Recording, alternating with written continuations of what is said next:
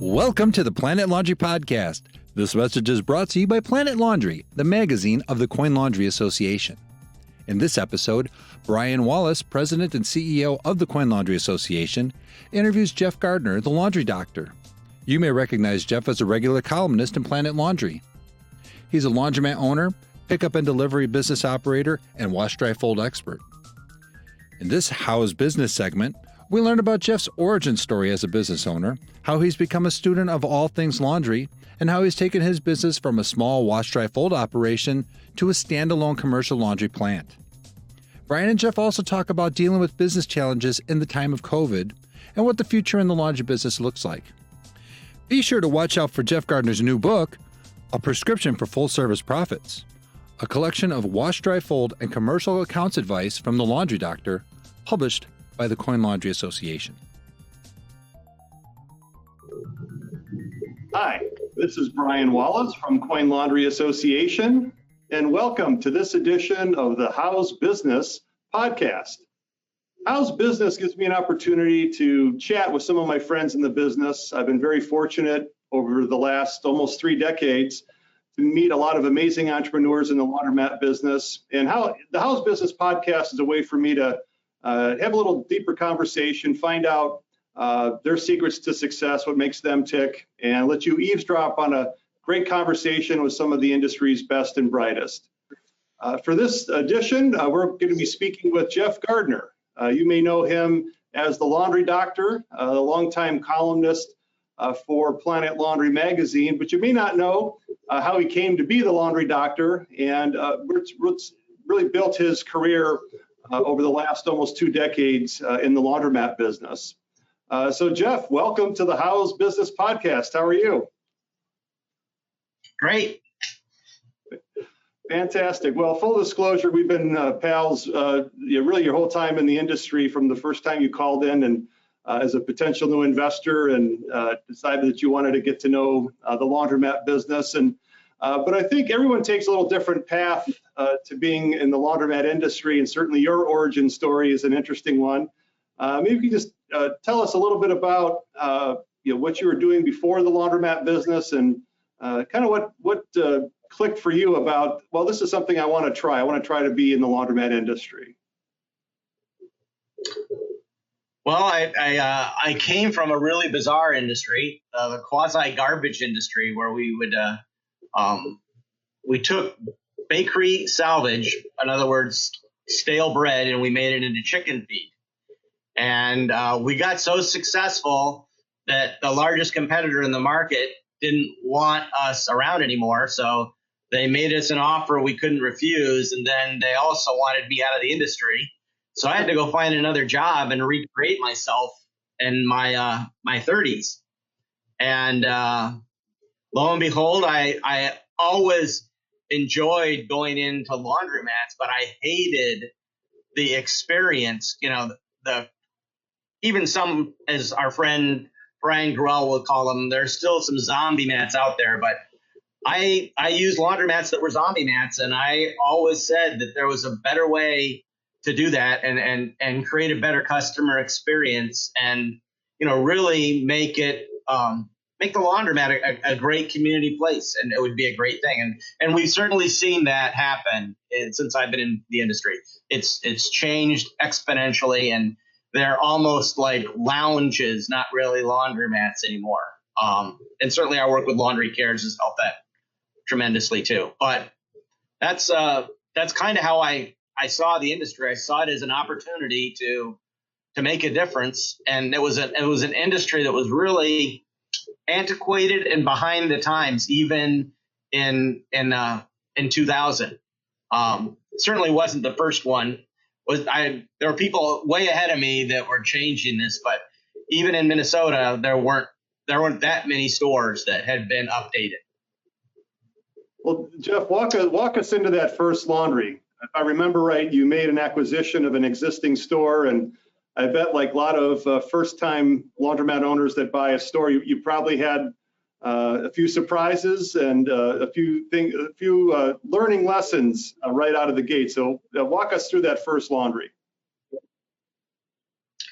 So yeah, I certainly A friend of mine had acquired a building and was going to make me the deal of a lifetime on rent, and he did. It was in probably the most densely populated area in the state of Minnesota. The location was ideal, and other than the parking was terrible. And I didn't listen to my friends about the parking, so I made a mistake there, even though I'd heard it from people at CLA, and the location was phenomenal. The density, the customer base, and so I built out a laundromat where one had been, and redid it with just really different concepts. We did a very unique tile floor that was very, very, very interesting looking, and made it a real welcome space. We put couches in that we had cleaned all the time. We had a pool table. When we really tried to make it an experience, because that neighborhood was largely singles. It wasn't a family laundromat. We had very few families that came in. So our equipment mix was a little bit, our large machines were almost never used. It was really a bizarre, not, off the wall model, right? Because it was a lot of single people. But what kind of happened is we almost instantly, even before I had opened the store, my distributor drugged me to the Clean Show in New Orleans. And the last presentation at the Clean Show was a presentation on wash, dry, fold. And I stayed for the entire thing. And on the flight back, I completely changed my business plan, realizing the market that I was going into and how I was going to successfully figure out how to service that market. And that business eventually became bigger than the self-service laundry. I remember one time I actually, the first time I saw the business at 50-50, the self-service laundry revenue was, literally equal to the wash, dry, fold and full service product. I was shocked. But I kind of knew it would happen, and that was that market, right? Might not be for every market, but it was certainly for that market. And that's kind of what drove us there. Yeah, my favorite part of your kind of your anecdote there about coming to the show and hearing a presentation, and that flight back. I think a lot of people made a flight back from the Clean Show with new ideas and getting ready to do something different with their business. But I think what's worth digging into a little bit deeper, Jeff, is while we were at CLA trying to do a couple of seminars here and there and had some articles here and there wasn't really a big knowledge base around wash, dry, fold, whether it's from a process standpoint or wash chemistry or anything else. And to me, I'm thinking about a comic book. Like, this is the origin story, how the laundry doctor was born. You took it upon yourself to sort of build that knowledge base yourself. And if anything, you fed that back to CLA more than anything we were able to teach you. So, tell us a little bit about becoming kind of a self-taught wash, dry, fold, and laundering procedure expert, because I know that you work like crazy and talk to everybody you could. So, kind of going back to that first comment about laundromats and them being kind of antiquated and older. The first thing I did when I started a wash, dry, fold business is I went and I looked at everything I could. So I comp shopped everybody in the marketplace. And it almost instantaneously dawned on me that we had a real problem with wash, dry, fold operators. I've got pictures in my file of garbage bags of people just shoving the finished product and then handing it back to customers. And the people that needed that service, it was just like the laundromat industry at the time. It was there for the people who needed it, not the people who wanted it or that we could expand. If you really need it, okay, we'll do it for you, but don't have any great expectations, because we're not going to give you something that's going to blow your mind away. And we're not going to think about anything about how you want to do that product. So I realized that, even today, you looked at markets like New York City and San Francisco, where you can pretty much open a wash, dry, fold business and be hammered, buried, just because there's such a demand for it. And even there, they didn't do a great job of, delivering a finished product. There were certainly, there's certainly call it the, I'll call it the Chinese laundry, that model that you think of that really was the beginning of it, where you would get everything wrapped in a nice butcher paper and everything was nicely folded.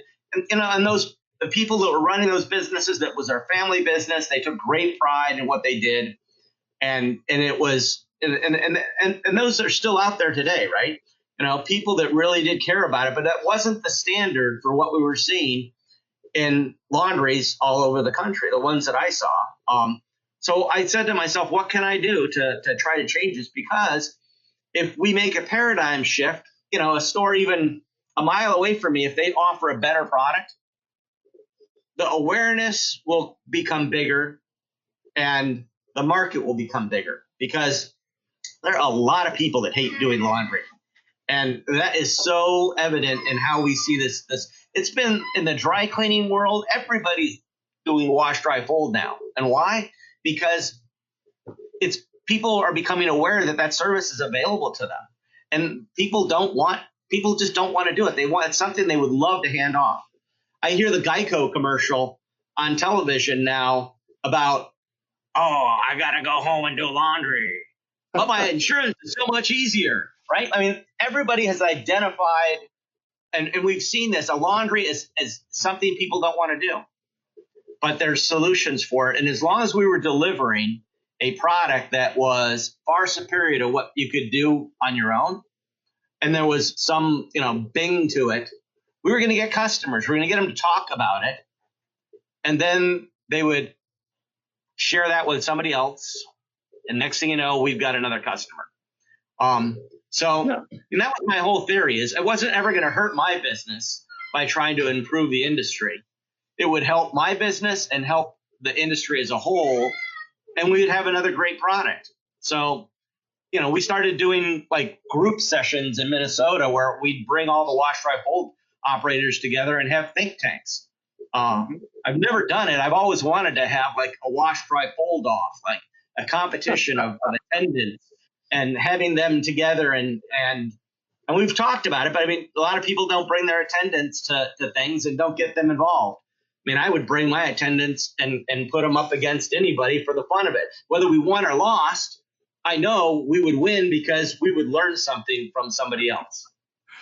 Well, Jeff, just having so many memories of kind of the growing up of the wash, dry, fold knowledge base, and those impromptu sessions where you all would kind of huddle together and trade information about folding and about wash processes and chemistry, and some late nights at the bars. I remember not a lot of folks are closing the bar down talking about the best use of bleach, or the best way to fold the t-shirt, but that was part of the trajectory of our industry kind of growing up with the wash, dry, fold, and you were instrumental in feeding back that information that we could in turn share with the next folks. One of my favorite memories was an event. I want to say it was a workshop we did in Arizona, and people oohing and eyeing because we had you doing a seminar where you just folded clothes.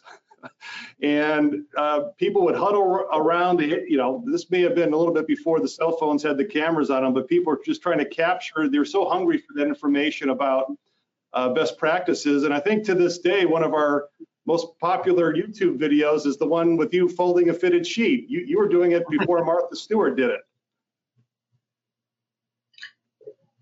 Yeah, there's a lot of knowledge base out there that has been shared in the last probably 2 decades of this, but it certainly has made a huge difference of what you see as wash, dry, fold. I remember comp shopping some of my dry cleaning competitors even 10 years ago and seeing and putting up some of their stuff at clean show presentations. And I'm proud to say that when we've comp shopped them recently, their product is completely different, and I think that, I don't know that I made that change, but I think that the industry as a whole has demanded a better product. And I think the bar has been risen, has risen, and it continues to. No, I mean, that's absolutely the case. It's come, leaps and bounds in just recent years. So back to the kind of the history here. So you told us a little bit about what I remember as Rainbow Laundry, but then you made the trek over to Selldale Laundry, the building where you're sitting now. Tell us a little bit about the evolution of your business getting into the new location. Well, at some point in time, I wanted to continue to grow my business. I think every operator wants to own their own building. I think there's definitely advantages to renting if you have the right agreement and the right relationship. And I think that I would say that I would never rent another building again without I wouldn't do it without consulting someone at CLA or some of my peers. I know a lot of my peers do a phenomenal job of finding locations and being able to successfully operate them with a lease. It's just so much better, I think, if you can control the asset, the building you're in. And I think in the long run so that was really my defining factor of why I acquired this building, because it became available. The guy who was operating it he had a really nice laundromat, and it was all brand new and great in the late 90s. And it was, kind of trendy. They had a deli in it, and he was trying to think of every way possible to take care of his customers, but he really had lost interest in it, and it became an opportunity. And that's where it became an opportunity for me to own a building and retool it and redo it. And now we've evolved to something completely different. We're out of the vended laundry business and into the commercial laundry business. And we do wash, dry, fold for a couple different people, including ourselves. And, we do commercial laundry. But it became to the point where I had to make a choice that, are we going to take care of the self-service customers, or are we going to take care of the commercial laundry and the wash, dry, fold? And the same thing happened here that happened on Hennepin Avenue with the first Rainbow Laundromat. Is the commercial and the wash, dry, fold business became so big that it was hard to ignore. And it got so bad that we were pissing off our self-service customers. Remember Katrina, sometimes in the summertime, when we were doing, we have some accounts that are just huge in the summertime. My operations manager would take a dolly, put a cardboard sign at the front door and say, "I'm sorry, we are closed to self-service customers," because we just had no space in the facility. We had to turn this stuff quickly, and we didn't want to be in their way. We had so many terrible reviews from pissing off our self-service customers. It just became evident that we had to make a decision. So that's where we're at today. Yeah, I mean, and that was predicated by what I'm sort of remembering as sort of an evolution of self-service laundry operators sort of graduating, if that's the right word, into being commercial launderers. And in some of those cases, they kept the self-service laundry open, but built an off-site commercial laundry plant. You decided to convert your existing self-service into a full-blown plant. And believe me, I remember visits with you at the store with climbing over, mountains of laundry and barely any room for the self-service customers. And you may have even enlisted me to haul a few bags of laundry from time to time. So I think that it's again, maybe unheard of years ago, but I'm seeing more and more. I'm thinking about Gina Villi. I'm thinking about Dan Campbell. I'm thinking about a long list of folks that sort of innocently started off with self-service laundry, where the name of the game was simplicity and keep it simple. And of course, commercial laundry is quite the opposite of that. So what do you think has led to this kind of, you start with a laundromat and you start doing some wash, dry, fold, and you pick up some commercial accounts, and then you look up one day and you're putting in industrial equipment into a building as you have there on Selldale? I can say that there are definitely a lot of guys in the industry that have done that. Some of them have done it better than me. We did it for we were able to match our commercial plant to what our clientele was, and you're right. I had actually pondered retooling this as a vended laundry, because the location isn't bad for a vended laundry. I had actually sourced out a location to put our commercial plant, and that real estate deal fell through at the last minute. And I had already made the commitment to going down the commercial plant road. So then I had to make a decision whether I really was going to do that or if I was going to retool as a laundry. And I think we'd pissed off enough of our self-service customers that it just made sense to do the commercial laundry. But I think it's a challenge for a lot of folks that have gotten in the industry in the last 10 years. And your list is really a short list. I know of at least 24 other people in the industry that have made that switch. Some of them dividing, like Kent Wales out in Spokane, that actually put a wall down the middle of his laundry, and now he's got a divided plant. There's a plant in North Carolina built in a former McDonald's that can actually has a wall that's removable or interchangeable, where during the weekends the vended laundry customers have access to the really, really big washers and dryers they use for commercial, and then the other part of the store is available only to them it's available during the week, but then they have a dedicated area with a mixed use place. People have gotten really creative about how to either relocate, reinvent. I remember there's a plant in Phoenix that I went to that was an old, it was a restaurant, but it was a really big format restaurant. And literally the dryer wall, on the back end of the dryer wall, is a commercial plant. So the makeup air, they just open the garage door, the makeup air comes through the garage door. In Phoenix, you can always do that. But on the back end, they've got a huge commercial plant and processing operation, but there's no wall behind the dryers. You go through a door, and then there's a vended laundry over there. And whenever and a double wide door, and if they need the extra wash, dry, fold space during the day, they just go out there and use the wash, dry, fold space, the small machines. So they're really creative things happening out there. And I think it's definitely a trend. We see a lot of operators trying to utilize the equipment, especially the new equipment. It's so programmable. They've made these. It's not just a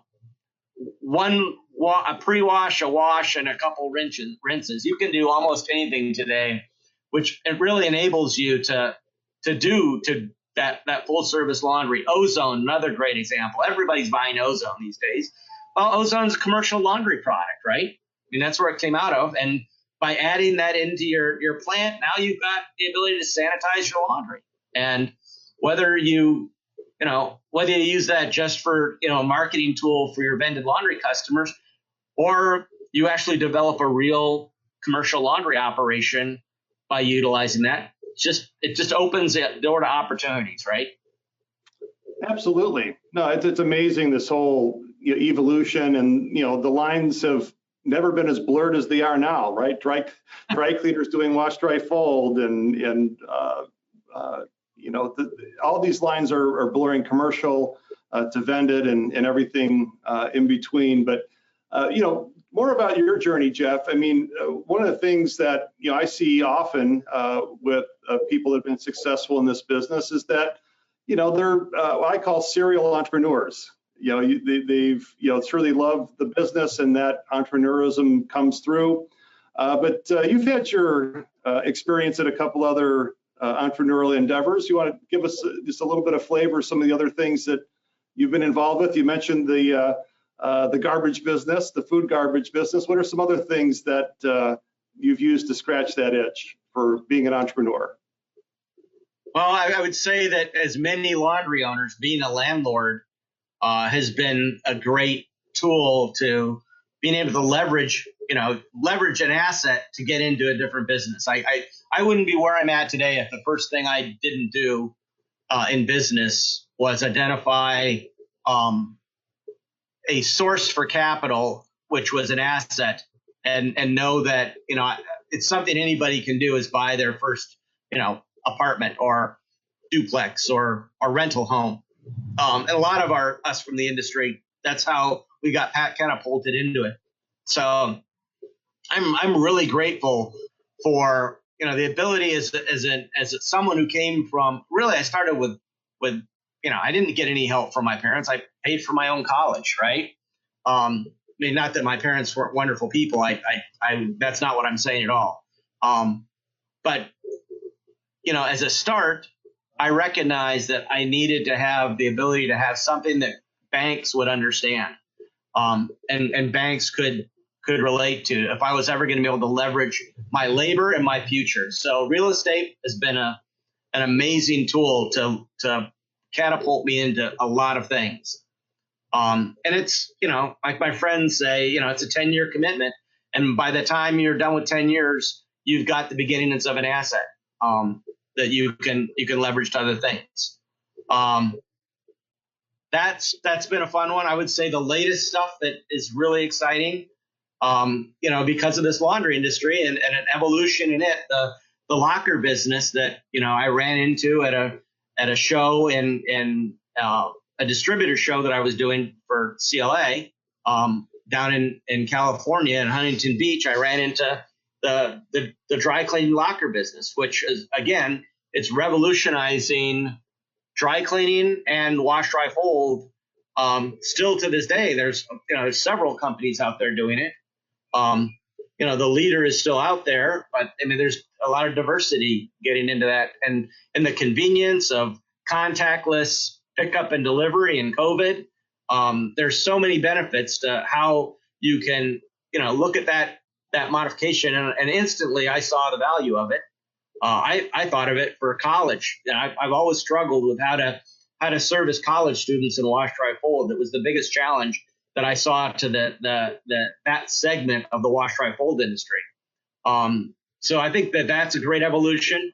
On my side business, the package locker you see in the back, the black sign saying Luxor, that part of our business has grown exceptionally, and it's all entrepreneurial stuff, right?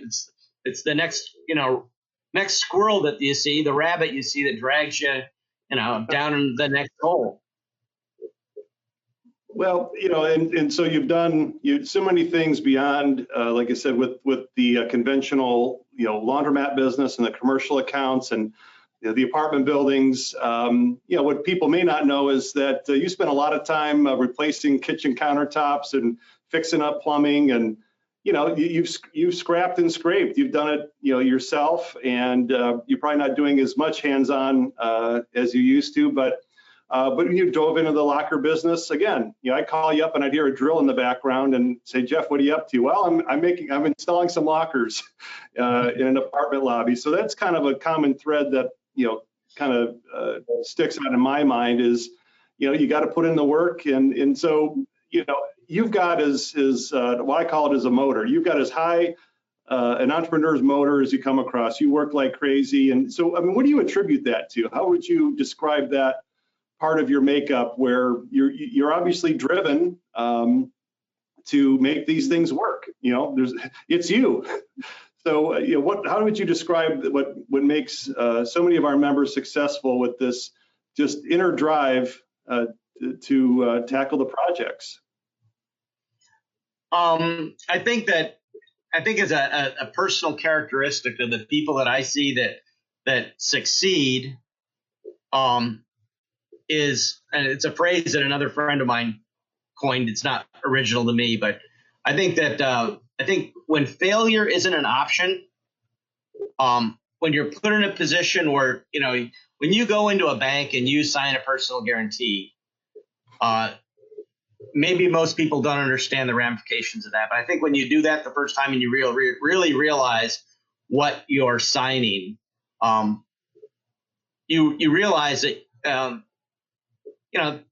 this is something that you have to do. And I think that when that happens, you become that person that doesn't sleep until everything's done, that makes sure everything's done correctly, that creates that product, that does something unique, that is driven to that. Man, I think that's a character that you may or may not have, to begin with, but I think it's the driving factor of understanding that you can't let something go. It's got to be done right, and you've got to, if you don't do it, it's gonna cost you a lot, and you don't want to be a failure. So yep. I don't know if a simpler explanation for that. That really gets into the motivation, that we see so often, with our members that are driven, to make this happen. And, before we run out of time, I want to make sure I switch gears to the other, part of your passion profile, which is, while you've been doing all of this, you've also been spending an incredible amount of time giving back. You were a volunteer that kicked off our Minnesota chapter of the Coin Laundry Association. You came on the CLA board of directors as a director. Of course, you went for the treasurer position and went through that whole rotation in the leadership, became chairman of the board. So you found all this time to give back to the industry, but I know your real passion is giving back to the community. And you can see some Laundry Cares Foundation signage behind me here. I thought maybe you could talk to me a little bit about how you started giving back there in St. Paul and became part of the community there, and how maybe that informed your passion and drive to make sure that Laundry Cares reaches its potential. Tell us a little bit about giving back to the community from where you sit. Well, I think many laundromat owners today, more so today maybe than in the past, get into the business knowing that their customers might not have as great opportunities as they've had.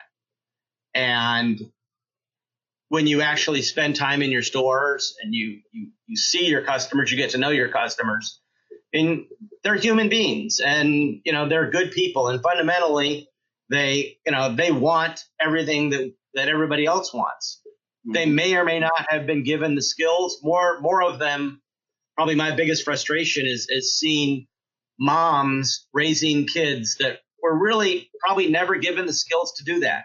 And it's not their fault. You can't really point a finger at anything, but you can identify that, there's a need there, and there's things that we can do that we want to, and these are the people that we're making a living off from, right? That we're providing a part of what they need to survive, right? So what can we do to make that experience better? I remember my first day owning this store that I'm in. I'm watching these kids, and they're all fascinated by a gun game. And I'm thinking to myself, these kids don't need to be fascinated by gun games, not at their age. And so I called the vendor up that had the gun game and that day, and I said, haul that thing out of here. You'll find it on the sidewalk. That's not what these kids need. These kids need something that will give them a chance in their future, right? So immediately I got involved with the neighborhood associations and became active. And one of my good friends, who was very active in the neighborhood, drugged me to actually he called me saying, we need some pizzas and we need some money this Christmas, because we ran out of money for this program that had started a couple years ago, where they were taking kids from our neighborhood that were at risk, call them, and taking them Christmas shopping with police officers. And they had this big pizza party, but they were really, the concept was, breaking down a barrier between that community that maybe thought police officers were bad people and couldn't connect with them as a human being, knowing that, police officers go home to families. They live, they live in communities. They're human beings just like everybody else. We just ask them to do things that probably nobody else wants to do. And sometimes those things are tough things, right? So it was an opportunity for me to try to say, the people that need this connection and this understanding are my customers. I should be helping with that program, right? So that was one of the first things that we did to try to create a bond between the community I exist and try to make it a better place for my customers, for the people I live with, I live around, and I work around. But then you take that to the next step and you really identify what the problem is. And I've learned so much more about it over the last 5 years. I knew it was an issue. But reading is really should be a fundamental right almost. I mean, but when you don't have the skills to teach your child, how important reading is, because you've never understood how important reading was, how are you ever going to be able to convert that child to some level of success, some level of being out there to be have a chance to be a productive citizen, to win, to have opportunities that everybody else has. If they aren't taught words, if they're not taught skills that reading, opening a book, looking at pictures, seeing things that they would not be exposed to otherwise aren't available to them. So, we partnered early on with community leaders and the St. Paul Public Library, and we brought books in and we had story time. And, we had people, people of different races, different socioeconomical statuses, CEOs of companies, people with different jobs coming in and trying to create an example for these kids of, what they could do if they would just open a book and maybe spend some time looking and exploring their mind, right? And we create loyalty and we create, just a community. And it was a great things to do to make a difference in the place where you live. Well, right, Jeff, you started right on your block with St. Paul and the business owners group. And you're not giving yourself enough credit. The Shop with Cops program grew from very small to incredibly large now, with huge corporate sponsors and a program that has just blossomed over time.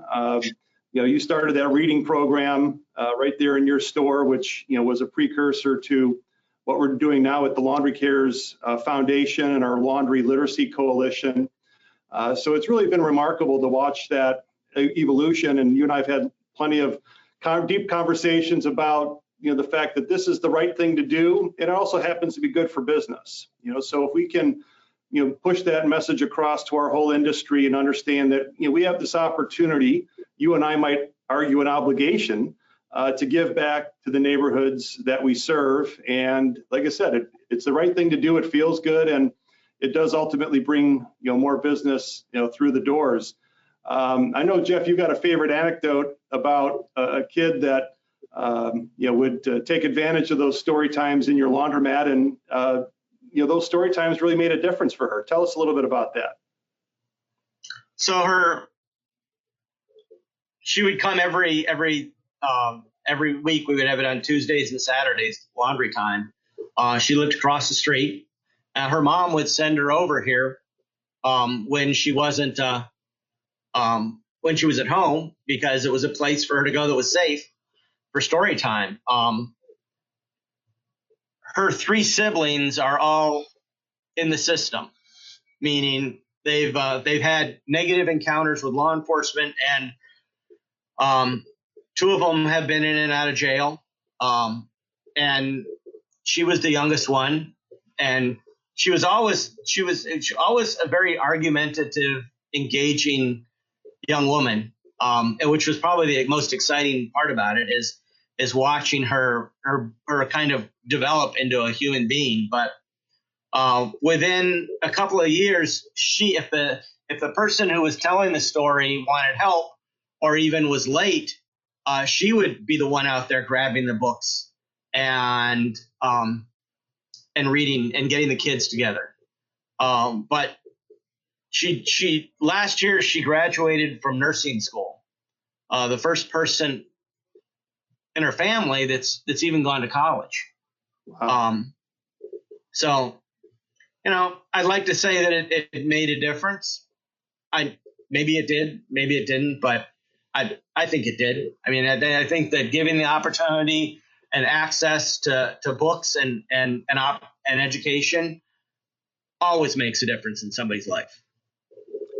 Right. And you take that trajectory to where we stand today, and you're certainly not going anywhere, but you're wrapping up your I think it's third year as president of the Laundry Cares Foundation, and having put your heart and soul into that, and you're handing it off to good hands. And we just know that this program is going to continue to grow and learn, and just give an opportunity. You put a book in a kid's hand in a place where maybe people associate with a drudgery or a chore, or maybe even a negative experience with a laundromat, and turning that into a positive impression. The laundromat is a place where I can get some help.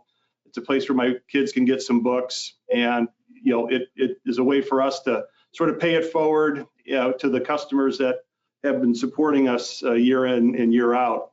Well, I could go on and on with you, Jeff, but as we're kind of looking back at 20 years of you being in the industry, one of the things I found coming out of the pandemic is a big crop of potential first-time laundromat owners. They're seeing what's going on around us, and used to talk about looking for recession-resistant businesses. Now people are looking for pandemic-resistant businesses, and certainly the laundromat industry has met that criteria as a essential business. Could you leave us with a little advice for that first-time person that was like you, sizing up the Rainbow laundromat back in the day and starting doing their research? What are a couple things you would tell those beginners that might help them avoid some mistakes along the way based on your experience?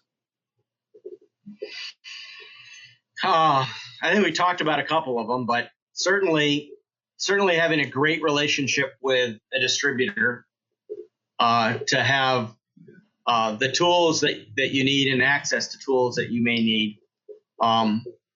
CLA's demographic reports and the membership in CLA is pretty critical if you use it. I mean, a lot of people join and don't use it, but I mean, the peer-to-peer networking and knowing that you can pick up the phone and be connected to somebody in a completely different market than you, that's got no interest whatsoever in you as a competitor, and the ability to have a candid conversation with them about your thoughts and processes. That level of consulting, I've never seen anything like it outside of our industry. Very rarely do people are they willing to share that kind of stuff. But I think that's probably one of the best things. I know I've talked to people all over the country because of CLA, and I've learned, and I've certainly know I've helped a lot of people, make a decision that probably changed their business exponentially.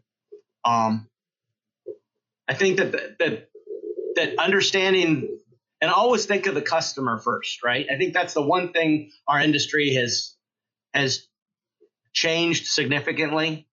But I mean, when you look at your demographic report, when you talk to when you think about your processes and you talk to other people about it, always remember that the customer is who we're building and serving, right? The businesses that have always been successful have always found a way to make sure the customer it's all a range around their experience. Remember, a book came out that one of our former board members, Chris Balistraci, brought to a board meeting, and he shared it with all of us. And the minute I read it, I mean, the light bulb came on.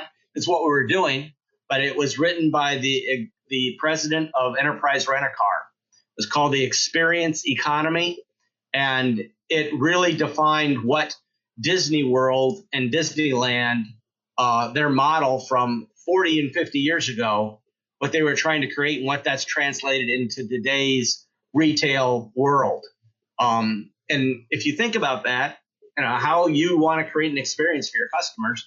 And that's how you model your business. I think that you're going to be successful. That's what most people can't figure out a way to do. Well, I think that's well said, and maybe a good place to leave it, thinking about the customer, because really all the things we just chatted about, the common thread is, thinking about the customer, how to take great care of the customer, how to give back to the customer. And for first timers, if they start to develop their vision for their laundromat by putting the customer first, I think they're going to see a lot of success. So with that, Jeff, I'd like to thank you. Thank you for being part of our How's Business podcast. Appreciate all your years of service and friendship. We really wouldn't be here where we are as an industry without your direct help, Jeff. And we can't thank you enough and look forward to what you're going to do next. So thanks for joining us. Thank you. Thank you for joining us on our podcast today. Be sure to subscribe to Planet Laundry at www.planetlaundry.com/subscribe and follow us on social media at Facebook, LinkedIn, Twitter, and YouTube.